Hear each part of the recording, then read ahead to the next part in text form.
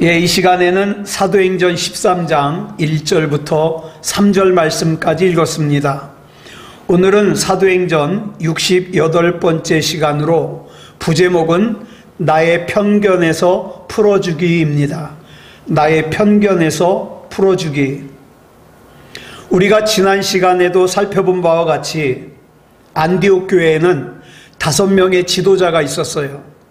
그 지도자는 정통파 유대인인 바나바, 흑인 노예 출신의 시므온, 무명의 이방인인 루기오, 그 다음에 불의한 매국노 출신 마나엔, 그 다음에 교회를 핍박했던 바울, 이렇게 교회의 지도자가 5명이에요.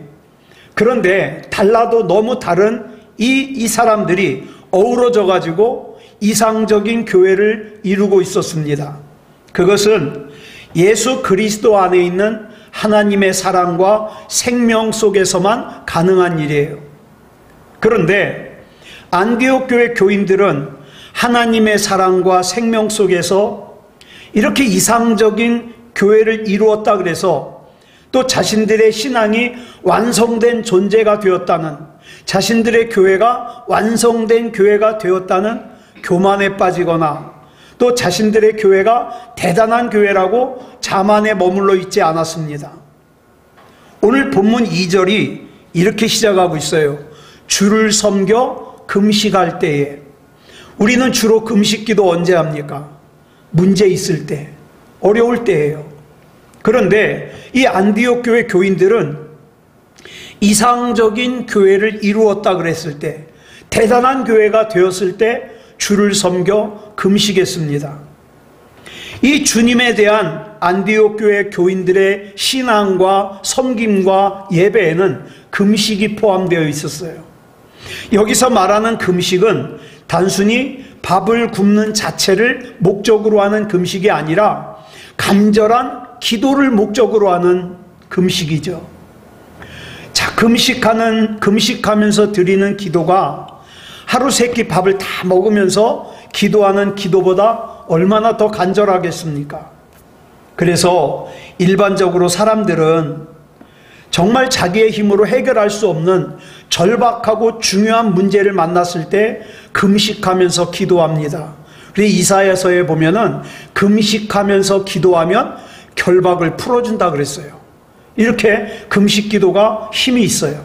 그렇지만 자기 문제 가지고 금식하면서 기도하기도 쉽지 않은데 지금 이 안디옥 교회 교인들은 자기의 문제가 아닌 것을 위해서 금식을 하면서 기도하고 있어요. 이건 더더욱 쉬운 일이 아니죠. 그러면 대체 안디옥 교회 교인들에게 무슨 문제가 있기에 교인들이 함께 금식을 하면서 기도를 했는가? 자, 본문 2절 다시 한번 처음부터 읽겠습니다. 시작. 주를 섬겨 금식할 때에 성령이 이르시되 내가 불러 시키는 일을 위하여 바나바와 사울을 따로 세우라 하시니.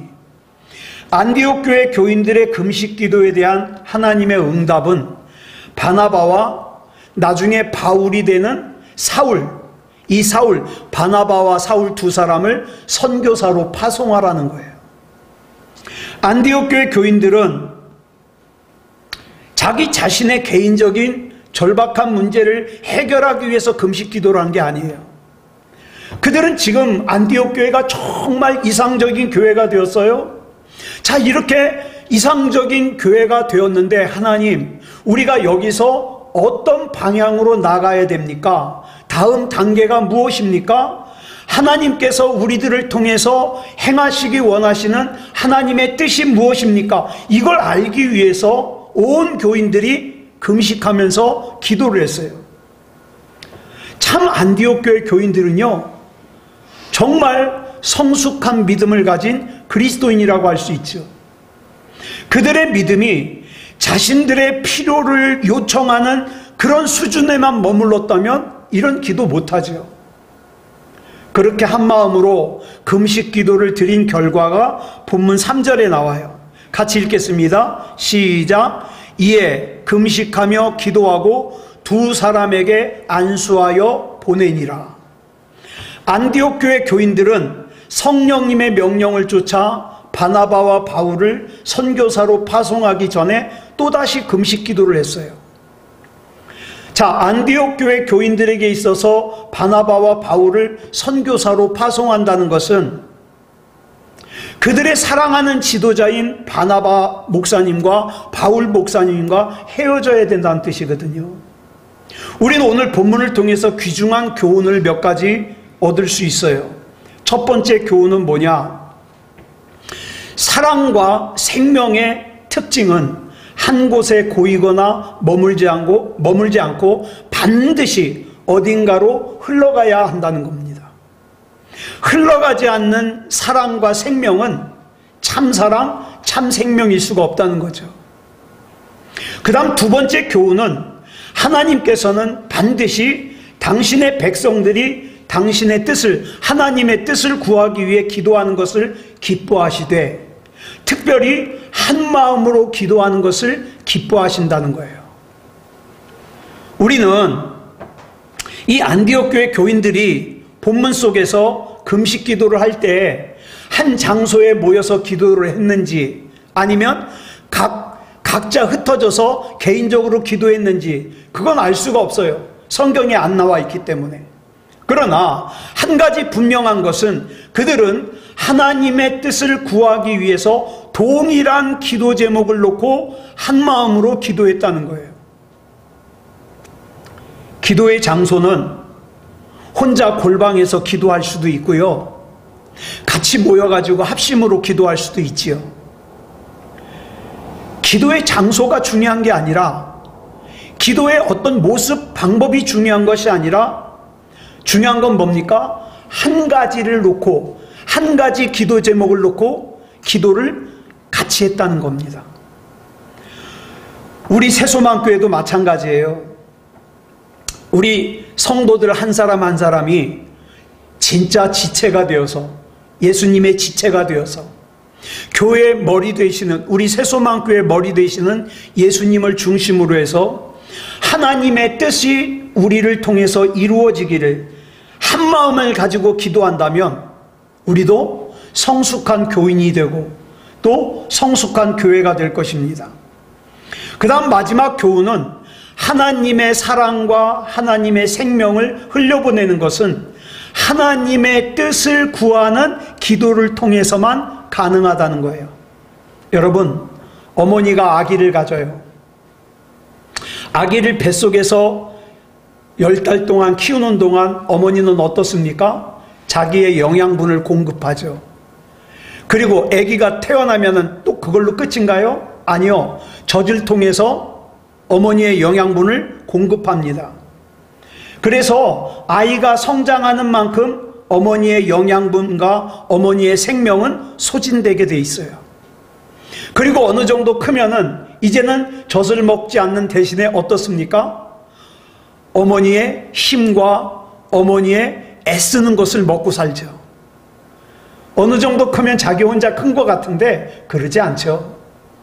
계속해서 어머니의 양분과 어머니의 생명과 어머니의 인생을 받아 먹으면서 크는 게 자녀죠. 하나님의 사랑과 하나님의 생명을 누군가와 나눈다는 것 역시 마찬가지예요. 내가 누군가를 전도를 해요. 내가 누군가를 위해서 기도해요. 그것은 곧 뭡니까? 나 자신을 무엇인가를 희생하는 거예요. 예? 무엇인가를 포기하는 거예요. 그래야지만 내 사랑을 또 내 생명을 흘려보낼 수 있는 거예요. 자, 하나님의 뜻을 구하기 위한 기도를 하지 않고는 절대 못하죠.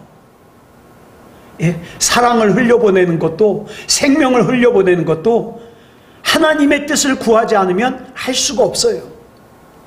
요한 1서 4장 10절로 12절을 보겠습니다. 시작. 사랑은 여기 있으니 우리가 하나님을 사랑한 것이 아니요 하나님이 우리를 사랑하사 우리 죄를 속하기 위하여 화목제물로 그 아들을 보내셨음이라.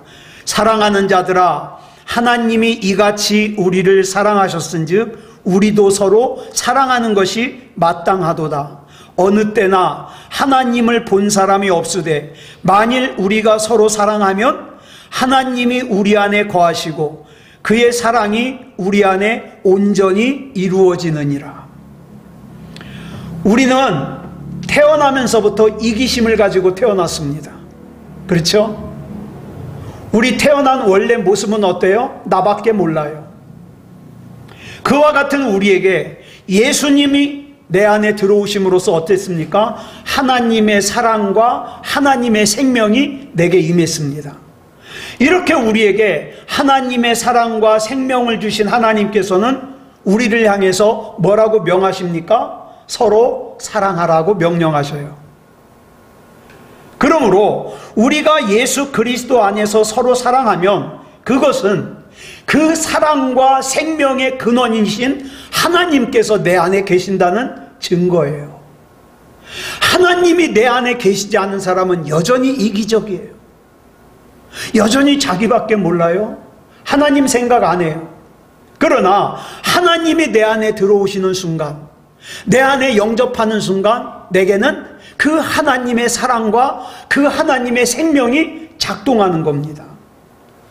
하나님께서 우리에게 서로 사랑할 것을 명령하시는 이유가 바로 여기 있어요. 어느 때나 하나님을 본 사람이 없어요. 누가 하나님 봤습니까? 그런데 하나님이 계시다는 걸 어떻게 알아요? 사랑하면 알아요. 자, 어떻습니까? 지금 마땅히 내가 누군가를 사랑해야 되는 건 알아요. 그런데 내가 생각하는 것처럼 사랑할 수가 없어서 괴로워하고 있습니까? 또 이 세상에 태어나서 내가 누군가를 진짜로 사랑해 본 적이 있습니까? 또 그동안 내가 만났던 숱한 사람들 중에 나 때문에 그 사람의 인생이 새로워지고 참 생명의 삶을 살게 된 사람이 한 사람이라도 있습니까? 만약에 그렇다면 지금 세 가지 말씀드린 거에 해당한다면 그 사람은 이 안에 하나님이 계신다는 증거예요. 그리고 하나님의 뜻과 하나님의 뜻을 구하고 그 다음에 따르기 위해서 기도하는 사람만이 자기의 것을 포기하면서까지, 자기의 것을 희생하면서까지 하나님의 사랑과 하나님의 생명을 흘려보낼 수가 있는 거예요. 그게 아무나 되는 게 아니거든요. 그리고 하나님의 뜻을 구하고 따르기 위해서 기도하는 사람만이 요한복음 6장 39절에 보면 예수님께서 이렇게 말씀하셨거든요. 시작. 나를 보내신 이의 뜻은 내게 주신 자 중에 내가 하나도 잃어버리지 아니하고 마지막 날에 다시 살리는 이것이니라. 이 말씀처럼 예수 그리스도 안에서 사람을 사랑하고 살리는 것이 하나님의 뜻이라는 걸 알기 때문에 어떻습니까? 내 것을 희생하고 헌신하면서 그 하나님의 뜻을 이루려고 그러는 거예요. 자, 이제부터 우리 모두 한 마음으로 우리의 삶을 통해 하나님의 뜻이 이루어지기를 기도하면서 살자고요. 우리가 먼저 그리스도 안에서 사랑할 수 있기를 하나님 그 사랑의 마음을 내게 부어주시옵소서, 이렇게 기도하자고요. 그래서 하나님의 사랑과 하나님의 생명이 나를 통해서 누군가에게로 흘러갈 수 있기를 기도하자고요. 그리고 우리가 이런 하나님의 사랑과 하나님의 생명의 통로가 되기 위해서 내 거를, 이제까지는 내 거라고 생각했던 것을 기꺼이 포기할 수 있는, 희생할 수 있는 그런 마음을 달라고 기도하자고요. 그러면 하나님께서는 그와 같은 우리의 기도를 기쁘게 받으실 것이요, 그러한 우리를 이 세상을 살리는 이 시대에 또 다른 안디옥 교회로 사용하실 거예요. 그래서 여러분 잘 아시는 사랑장이라고 별명이 붙은 고린도전서 13장은 사랑을 이렇게 기록하고 있습니다. 고린도전서 13장 1절부터 3절까지 보겠습니다. 시작. 내가 사람의 방언과 천사의 말을 할지라도 사랑이 없으면 소리나는 구리와 울리는 꽹과리가 되고 내가 예언하는 능력이 있어 모든 비밀과 모든 지식을 알고 또 산을 옮길 만한 모든 믿음이 있을지라도 사랑이 없으면 내가 아무것도 아니요 내가 내게 있는 모든 것으로 구제하고 또 내 몸을 불사르게 내줄지라도 사랑이 없으면 내게 아무 유익이 없느니라. 그러면서 13절에서 이렇게 결론을 맺고 있죠. 시작. 그런즉 믿음, 소망, 사랑 이 세 가지는 항상 있을 것인데 그 중에 제일은 사랑이라.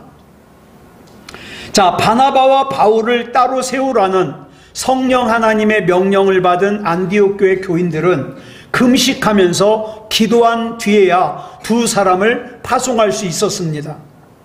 이것으로 보아 우리는 안디옥 교회 교인들이 사랑하는 바나바 목사님과 바울 목사님을 파송하는 것이 결코 쉬운 일이 아니었어요.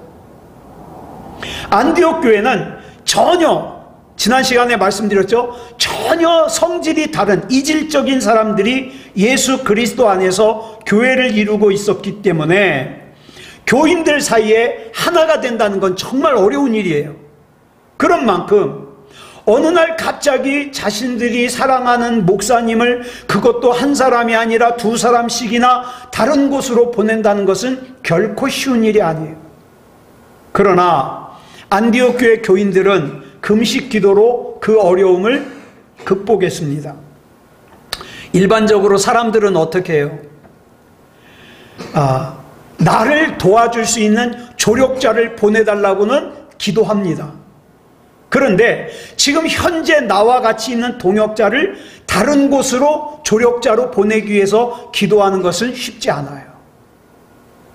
그런데 그 과정을 통해 안디옥 교회 성도들은 성령 하나님의 명령에 순종하고 바나바와 바울을 보낼 수 있는 믿음과 힘과 용기를 얻고 보낼 수 있었습니다. 자, 본문에서 우리말로 보내다라고 번역된 헬라어 동사가 아폴리오예요. 놓아주다, 풀어주다라는 뜻이에요. 이건 참 중요한 단어예요. 자, 누군가를 보내기 위해서는 보내기 전에 먼저 내 마음으로부터 그를 놔줘야 돼요. 예? 놔줘야 돼요. 그러지 않으면 보낼 수가 없어요. 많은 부모들이요, 자녀가 장성해가지고 결혼을 해가지고 분가를 했는데도 마음으로부터 자식을 풀어주지 않는 경우가 있어요. 그래서 부모로부터 장성한 자녀가 분가는 했지만 여전히 부모의 손 안에 매여 있는 자녀들이 있잖아요. 반면에 부모가 자녀를 마음으로부터 진정으로 풀어주면 설령 그 자녀가 한 울타리 안에 기거한다 할지라도 그 부모는 자녀를 출가시킨 것과 같아요. 안디옥 교회 교인들은 바나바와 바울이 계속 자기들과 같이 있어야 된다고 처음엔 생각했어요. 이거는 편견이에요, 편견. 다시 말해서 이 바나바와 바울을 자신들의 주관적인 편견에 묶어놓고 있었던 거예요. 바나바 목사님과 바울 목사님은 언제까지든지 나와 같이 있어야 돼. 그런데 그들은 바나바 목사님과 바울 목사님을 선교사로 파송하라는 성령 하나님의 명령에 순종해가지고 자기의 편견에 매어 놓았던 바나바 목사님과 바울 목사님을 기꺼이 풀어주었습니다. 중요한 것은 본문 4절 말씀이 다음과 같이 이어지고 있다는 거예요. 같이 읽겠습니다. 시작. 두 사람이 성령의 보내심을 받아 실루기아에 내려가. 자, 보세요. 안디옥 교회 교인들이 금식 기도하며 보낸 바나바와 바울은 성령 하나님의 보내심을 받아 실루기아로 내려갔어요. 다시 말씀드리면 본문 3절에서는 바나바와 바울을 보낸 주체가 안디옥 교회 교인들이었어요. 그런데 본문 4절에서는 두 사람을 보낸 주체가 누구로 바뀌었어요? 성령님으로 바뀌었어요. 자, 그리고 본문 3절에서 사용된 풀어주다라는 의미의 동사 아폴리오가 먼저 나와요. 풀어주다. 아까 말씀드렸죠? 마음에서 풀어주는 것이 먼저라고. 그 다음에 본문 4절에 보내다라는 의미로 사용된 헬라어 동사 에그펜포가 나와요. 굉장히 중요해요. 안디옥 교회 교인들이 먼저 자기 편견으로부터 바나바와 바울을 진정으로 풀어주었을 때 그들은 성령 하나님께서 그 두 사람을 하나님의 도구로 삼아 하나님께서 원하시는 곳으로 보내시는 것을 확인할 수가 있었습니다. 우린 여기서 안디옥 교회 교인들에게 있어서 사랑은 구체적으로 뭘 의미하는가를 생각해 볼 수 있어요. 자, 다시 말씀드립니다. 정통파 유대인이었던 바나바, 흑인 노예 출신 시몬, 무명의 이방인인 루기오, 매국노였던 마나엔, 그리고 교회를 짓밟고 핍박했던 바울이 서로 사랑하지 않고서야 이상적이고 보편적인 교회를 어떻게 이룰 수가 있겠습니까? 그렇다면 그 사랑이라는 게 뭡니까? 그들에게 있어서의 사랑은 서로가 다른 사람을 향한 편견, 가지고 있던 그 편견에서 풀어주는 거예요. 예를 들어서 정통파 유대인인 바나바가 유대교와 완전히 단절한다는 것은 사실상 불가능할 거야. 이런 편견에서 풀어주는 거예요. 저 흑인 노예 출신인 시므온은 분명히 매사에 무식해서 수준이 떨어질 거야. 이 편견에서 풀어주는 거예요. 이방인인 루기오가 복음의 진수를 제대로 이해 못하고 있을걸? 이런 편견에서 풀어주는 거예요. 저 불의한 헤롯의 젖동생인 저 매국노 마나엔이 주님을 영접했다고 뭐가 얼마나 달라지겠어? 이런 편견에서 풀어주는 거예요. 저 교회를 짓밟고 핍박했던 바울이 회심을 했다고? 그런다고 그 포악했던 성질이 어디 가겠어? 이런 편견에서 풀어주는 거예요. 우리는 많은 경우에 나는 한 번도 만나본 적이 없는데 주변에 다른 사람이 하는 말만 듣고 그 사람에 대해서 편견을 가지고 속단하는 경우가 많아요. 이런 사람들 사이에는 뭐가 있을 수밖에 없어요? 오해가, 갈등이, 대립이 있을 수밖에 없어요. 이런 것이 있어서는 보편적인 교회, 또 성령이 운행하시는 교회가 될 수가 없죠. 그리스도인에게 있어서의 사랑은 자기가 가지고 있는 편견으로부터 사람들을 과감하게 풀어주는 거예요. 그때 성령님께서는 나만을 통해서 역사하시는 게 아니라 내 옆에 있는 사람을 통해서 나보다 더 크게 역사하실 수 있다는 것을 인정하고 받아들일 때 비로소 보편적인 교회가 될 수가 있는 거죠. 자, 정통파 유대인이었던 바나바, 흑인 노예 출신이었던 시므온, 무명의 이방인인 루기오, 불의한 매국노였던 마나엔, 교회를 짓밟았던 바울은 살아온 사회적 배경이 다르고 사상이 달랐고 삶의 방식이 달랐고 사고방식이 달랐으며 지적인 수준도 다 달랐어요. 자, 그렇다면 그들이 같이 교회 생활을 하면서 또 교회 일을 하면서 문화적으로, 사회적으로, 이념적으로, 교육적으로 얼마나 많이 다를까요? 그러면 당연히 갈등이 있을 수밖에 없죠. 소통이 잘 안 되겠죠. 그러나 그들은 서로 상대를, 심지어는 흑인 노예와 그 다음에 헤롯의 젖동생 매국노 마나엔과 교회를 핍박하고 대적했던 그 바울마저도 자기의 편견 속에 가둬두지 않았어요. 이 사람은 이럴 거야. 이 사람은 안 변할 거야. 이 사람은 구제불능이야. 그렇게 편견에 붙잡아 두지 않았어요. 그들은 자기가 가지고 있는 편견으로부터 상대방을 진정으로 풀어줌으로써 예수 그리스도 안에서 거듭난 그 상대방 존재 자체를 존중했습니다. 여러분, 진짜 신앙이 뭘까요? 나랑 같이 신앙생활하는 다른 사람을 존중해 주는 거예요. 이 존중은 사랑이 없으면 할 수가 없어요. 그때 그들은 상대방을 통해서 더 크게 역사하시는 성령 하나님을 서로 확인하며 예수 그리스도 안에서 이상적이고 보편적인 교회를 이룰 수 있었습니다. 하나님께서 그와 같이 서로 상대방을 편견에서 풀어줄 줄 아는 안디옥 교회를 통해서 하나님의 사랑과 하나님의 생명이 이 세상으로 흘러가게 하신 것은 너무 당연한 일이죠. 자, 기억하자고요. 진짜 사랑은 다른 사람을 내 편견으로부터 벗어나게 해주는 거예요. 예. 편견을 가지면 안 돼요.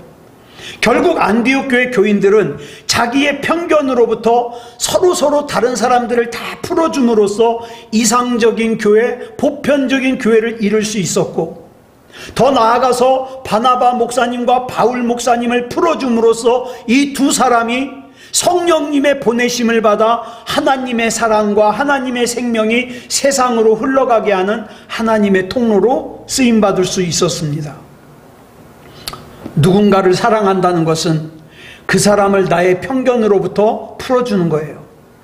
이렇게 다른 사람을 나의 편견으로부터 풀어주지 않고서는 내 배우자도 또 내 자식도 진정 사랑할 수가 없어요. 우리는 그러잖아요. 내 자식은 내가 참 사랑해. 근데 많은 경우에 보면 내 자식에 대해서 많은 편견을 가지고 있어요. 내 아이는 이래야 돼. 근데 그것이 그 아이를 상처받게 하거든요. 배우자도 마찬가지예요. 내 아내는, 내 남편은 이래야 돼. 그런데 이 편견이 힘들게 할 수 있거든요. 여기서부터 풀어줘야 되는 거예요. 여러분, 10계명의 두 번째 계명이 뭐예요? 우상 만들지 말라는 거예요. 우상을 전에 우상 나눌 때 말씀드렸어요. 우상이라는 것은 손으로 만들기 전에 이미 뭘로 만들어요? 마음으로 만드는 거예요. 자, 출애굽한 이스라엘 백성들이 하나님의 형상을 뭐로 만들었어요? 금송아지로 만들었어요. 왜 그랬을까요? 하나님은 이렇게 생겼을 거야. 그들의 마음속에 이미 하나님의 이미지를 금송아지로 만들어 놨어요. 그래서 만든 거예요. 그러므로 하나님의 우상을 만들지 말라는 것은 마음으로라도 하나님을 속단하지 마라. 여러분, 우리 하나님도 나의 편견 속에 가두면 안 돼요. 하나님은 이래. 편견 속에 가두면 안 돼요. 여러분, 우리 하나님은요, 시간과 공간을 초월하는 분이에요. 그런데 시간과 공간을 초월하는 하나님을, 시간과 공간의 지배를 받고 있는 유한한 육체를 지닌 내가 다 이해를 한다? 있을 수가 없죠. 저와 여러분은 하나님을 다 이해 못해요. 언제 이해할 수 있을까요? 내가 육체의 허물을 벗고 영으로 하나님을 만날 때야, 그때야 이해를 할 수 있겠죠. 그러므로 여러분, 내가 하나님 다 안다고 속단하지 마세요. 내가 하나님을 다 안다고 속단하는 순간이 그 사실은 내가 하나님과 가장 멀리 떨어져 있는 순간이에요. 내가 하나님을 다 안다고 속단하는 것은 하나님을 내 편견 안에 가두었다는 뜻이에요. 내 편견 속에 갇힌 하나님은 결코 성경이 계시하는 그 하나님일 수가 없어요. 하나님께서 나를 사랑하셔서 예수 그리스도 안에서 나의 죄를 용서해 주신 것이 하나님의 법이 정한 죽음으로부터 나를 풀어주신 것을 의미한다면, 하물며 하찮고 불완전한 인간인 내가 내 편견으로부터 하나님을 풀어드리지 않고서야 어찌 하나님을 하나님으로 바르게 알 수 있냐고요. 그러니까 오늘 밤에 기도하실 때에는 내가 생각하는 것 이상으로, 내가 기대하는 것 이상으로, 내가 알고 있는 것 이상으로 역사하시고 능력을 행하시는 하나님, 날 좀 책임져 주시옵소서. 날 좀 돌아봐 주시옵소서. 우리 가정을 좀 돌아봐 주시옵소서. 우리 교회를 돌아봐 주시옵소서. 기도하자고요. 내가 생각하는 것보다 훨씬 크신 하나님 앞에 그렇게 하나님을 내 편견으로부터 풀어드려야 돼요. 또 내 옆에, 내 주변에 있는 사람들도 내 편견으로부터 풀어줘야 돼요. 그래서 있는 모습 그대로 하나님을 사랑하고, 있는 모습 그대로 내 옆에 있는 사람을 사랑해야 돼요. 그럴 때 하나님께서 우리를 예수 그리스도 안에서 보편적인 교회로 세우셔서 이 세상을 밝히는 이 시대의 안디옥 교회로 삼아 저와 여러분을 통해서 하나님의 사랑을, 하나님의 생명을 내 옆으로 흘려보내게 하실 거예요. 아무쪼록 이렇게 하나님 앞에 쓰임받는 저와 여러분이기를 그리스도 예수님의 이름으로 축복합니다. 기도하겠습니다. 사랑의 아버지 하나님, 감사합니다. 이 시간 우리 하나님께서 붙잡아 주셔서 사도행전 13장 1절로 3절의 말씀 나눴습니다. 하나님에 대하여 편견을 가지지도 말게 하시고 내 옆에 있는 사람에 대하여 편견 가지지 말게 해 주시옵소서. 그냥 내 안에 하나님께서 계시니 하나님이 주신 사랑으로, 하나님이 주신 참 생명으로 돌아볼 수 있게 해 주시옵소서. 사랑의 아버지 하나님, 우리 자신이 얼마나 약한지 하나님이 잘 아시잖아요. 우리 하나님께서 붙잡아 주시고 책임져 주시옵소서. 우리는 그저 하나님 바라보고 하나님 의지하고 하나님 부르며 하나님 기도밖에 할 수 없습니다. 하나님께서 이 시간에도 책임져 주시고 역사하시고 인도해 주시옵소서. 모든 것 우리 하나님 앞에 맡겨드리오며 그리스도 예수님의 이름으로 간절히 기도드려 싸움나이다. 아멘.